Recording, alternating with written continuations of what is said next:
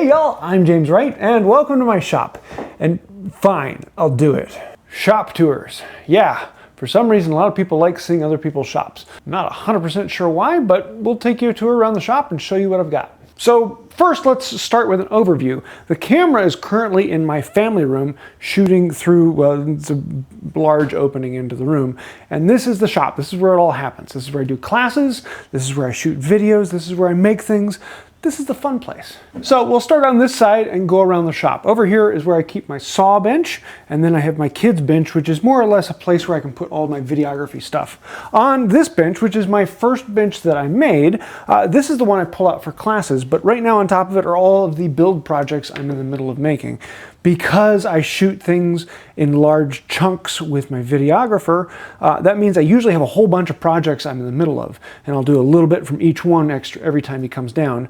And that way I can do the glue up and several of the other things in between when he's not here. Just to give you an overview, those boards there are for a shaving horse I have coming up. This is actually a turning rest that'll be for my Barnes number 5. We have a door frame mortiser we're in the middle of restoring.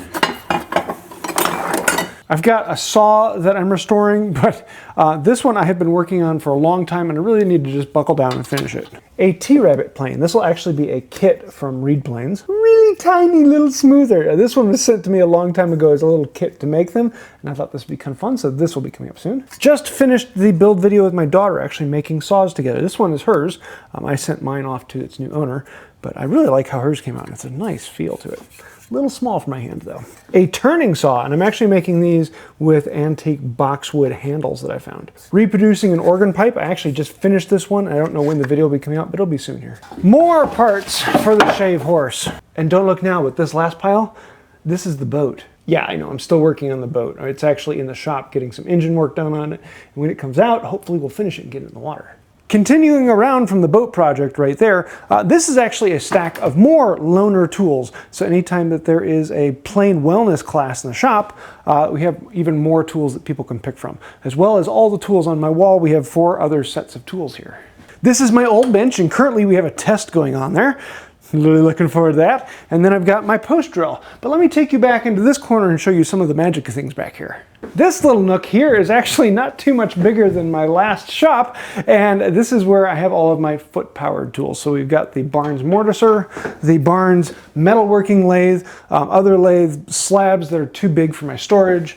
I've got a scroll saw here, I've got another scroll saw here, I've got a sewing machine base, I've got my beam drill. I'm hoping to get this sewing machine going up soon and putting a video out on that, but I do have videos on restoring all of these other ones. And yes, we have the test ongoing, but underneath that is my old bench, and I still use it. For classes, people can come over here, and we usually get 2 different people working on this bench. And to let you know, for classes, I actually take this bench and roll it up against my main bench, and then we put 4 people or so around that, plus 2 people over here. We can have 6 people working in the shop relatively comfortably. Back in here is the closet that we don't talk about, where tools go to, well, wait until the next video. So we just finished all that and we're coming around this way. Over on this side is where I keep all of my clamps, or most of my clamps, as well as the big saws. I have a collection of beam clamps from Harbor Freight to wooden ones to some of them that I've made, as well as my frame saws. I have a couple different ones here. Saw vise, little leather vise, my bird's mouth, the large crosscut saws, as well as the buck saws and other bow saws. All my spoke shaves, draw knives, and similar things, as well as all my card scrapers are actually into slots here. And here are where I have all my combination planes and similar things. There's just hooks on the ceiling so that they'll hang from those hooks, slide in there, and there you go. This rack design is one of my favorites, and it hangs on the French cleats. But you can see inside there are just these slots for the card scrapers to fit into. And yes, all of my racks on the wall, I've got videos on building all of these. Then coming down the wall, I've got my saw till, I've got my plane till. In between that, I have all of the marking gauges and squares and all of the layout items. Down underneath here, I have all of my drill bits. And beside that, the braces, because they should be near the drill bits. And then this is my new rack for all of my carving chisels and other spare chisels that are in there, as well as all the mallets go underneath. I figured if I'm using the chisels, I should have the mallets nearby. Then down here are all of my extra mallets. I probably have 50 or 60 mallets because people like to send me mallets. It's an interesting gift, but I've got way more than I could ever use, and I really can't give them away because people gave them to me, so it's one of those things I have to hold on to. So Maybe someday we'll figure out what to do with all the extra mallets, but yeah. Up here is the file system, and this is one of my favorites. I love this rack. Yeah, this was one of the best things I've ever made, and I regularly give videos. Yes, I do have a video on making the file system here. It holds all the files so they don't rub against each other, and they slide in and just hold themselves in place. So I can see them all. I know exactly what I'm grabbing. The handles are out and ready. I love this. I do have a shelf above that I put all of my molding planes and some of my wooden planes and other odds and ends up there. Here are more clamps. Yes, I do not have enough. I'm sorry, I have a very small collection of them, but these are hand screw clamps, squeeze clamps, violin and luthier's clamps, as well as some more traditional ones, and then C-clamps down here, and then I've got some squeeze clamps and some other pipe clamps up in the garage as well. As well as this is where I hang my my apron. Yes, I do have an apron. This one is from Zenwu. It's one of my really comfortable apron, but unfortunately, with a hand tool shop, there really isn't much need for an apron, so yeah. Down below all of that, we've got some other things. This is my sharpening bench. It's where I actually do most of my sharpening. I'd like to replace it. I have plans for a whole sharpening bench with things put in there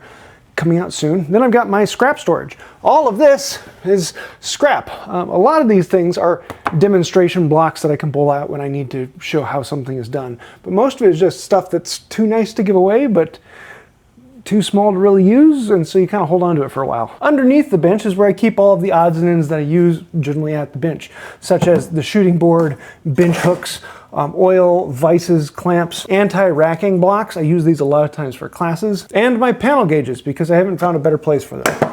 This ends up being the catch-all, and once every couple weeks I have to go through and clean it out because stuff just ends up being in here. And one of my favorite additions to the bench are these tape hangers. They are literally just cables on S-hooks. I can pull those out, pull off a roll of tape and use it, hook this back up, and it goes back to use. Yeah, I didn't realize I had this many rolls of blue tape until I cleaned the shop, and they just kind of keep appearing. My shop is a bit odd as it's set up as a studio, and so I do have soft boxes in here that light my bench and the work area, as well as this is wiring that comes in when I want to do lives, and then I do have other cameras that do other shots for classes.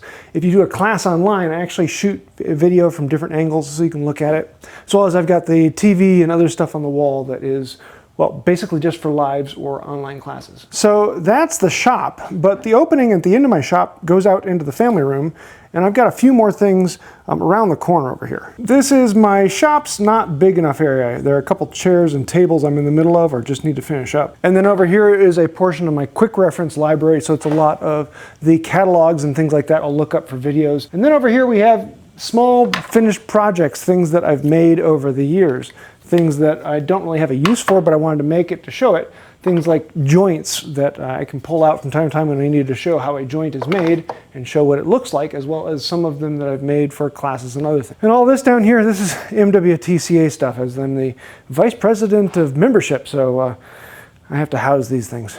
So if I back out from the shop and come into a room over here, this is actually my extra room. This is where a lot of the storage is. You have to be careful when you come in here because this is where a lot of the demon possession happens. But then I've got cabinets where I store some of the flammable things, as well as power tools that I really haven't used in forever. Up on top, I have a whole bunch of these cases that are from Menards, and they all hold random hardware that I just need one or two of when I'm looking around, and this makes it a little bit easier to hold on to them. And then from that we can come down to the lumber storage, and yeah, that's the entirety of my lumber storage. 4 shelves right there. That's it. I don't keep a lot of lumber on hand. It's more or less just leftovers from past projects, things that I might use, I might not, or things that are just too good not to, such as actual old world Cuban mahogany. And these 3 small slabs down here, these are the last 3 slabs from the bench project that will probably get turned into something at some point. From this side of the shop though, we can swing around to the other side of the shop, and this is where the shipping happens. If you've ever ordered anything from my shop, at one point it was in one of these bays, and everything gets shipped out of here. And I do 3, 4, maybe 5 packages a day, and here's one that's ready to go out tomorrow. But yeah, everything gets shipped out of here, all the packaging and boxes down below. The only other thing is that they have kits for the grooving planes and router plane kits. Those are all stored over here, as well as the puzzles. Yeah, I have shop puzzles. And if you've made it this far in the video, you might be interested to find out that we have a couple shop puzzles left over from 2024. And you better get these now because I'm going to be soon getting rid of them and getting the 2026 ones, because I do this every 2 years. And for some reason, I've got like 5 or 6 of them left. The last couple other questions I get is my floor has 3/8 rubber on it. It's the really hard rubber like you're going to find at the gyms. And then the lighting in my shop, I do have some can lights, but those don't do much. All of these strips are actually from American Greenlight. I've got a video installing them, and I love those. Low profile, and they brighten up this room like an amazing amount. Just to give you an idea, with the American Greenlight, without the American Greenlight. Yeah, that's just the can lights. And that's the shop lighting. I would love to know why people like doing shop tours. I actually haven't done one since I've been in this shop, and I used to do them about once every 2 or 3 years. And since I've been here for a little over 2 years, it might be time to make a shop tour. So there you go. Let me know what questions you have. Throw them down below. Anytime you do, like, comment, share, subscribe. It helps out the channel and all that great things. Those people scrolling over there from Patreon. Okay, yeah, no, I say it every week, but honestly, it really means a lot. If you do put a comment down there, that means a lot. Anytime you get things that actually connect into YouTube and help the algorithm, thank you. But I do want to say a massive thank you to the patrons on Patreon. Those people over there are the ones that make this happen. And without patrons, this shop would not exist. And I want to say a heartfelt thank you. You have made this happen, and you are what allowed me to do this full time. Without you, Wood by Wright would not exist. So thank you for that. If you'd like to find out more and help out the channel, then think about becoming a patron. Links down below. We do a bunch of giveaways and extra things on there each month, and I try to make it a little bit of fun. And I'm always looking for other ways to up it in the future. So if you think of an idea, let me know. But I think that'll do it for now. Until next time, have a wonderful day. Shop tour. That's only the first time I've done this shop, so it's got to be like a shop oneer.